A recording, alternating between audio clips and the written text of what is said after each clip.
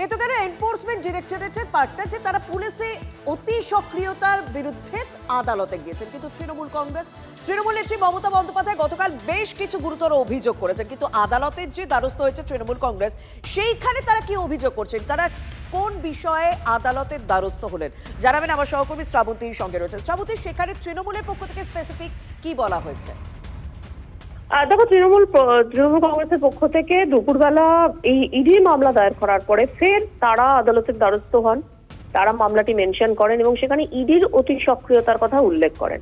যেভাবে গতকাল ED red করেছে সেটা সম্পূর্ণ রকম বেআইনি এবং এই অতি সক্রিয়তা কেন, এর আগেও শর্মিষ্ঠা বহু ক্ষেত্রে আমরা দেখেছি ইডি এবং সিবিআই এর ভূমিকা নিয়ে প্রশ্ন তুলেছে তৃণমূল কংগ্রেস। ভোটের সময় কি কোথাও গিয়ে রাজনীতি করতেই কি তাদের এই ধরনের হানা, এই প্রশ্ন তারা বারবার তুলেছে। একই ধরনের বিষয় তারা উল্লেখ করেছে, যদিও বিষয়টি বিস্তারিত তারা কালকে শুধুমাত্র উল্লেখ করেই ছেড়েছে এবং বিস্তারিত কিছু তারা বর্ণনা করেনি।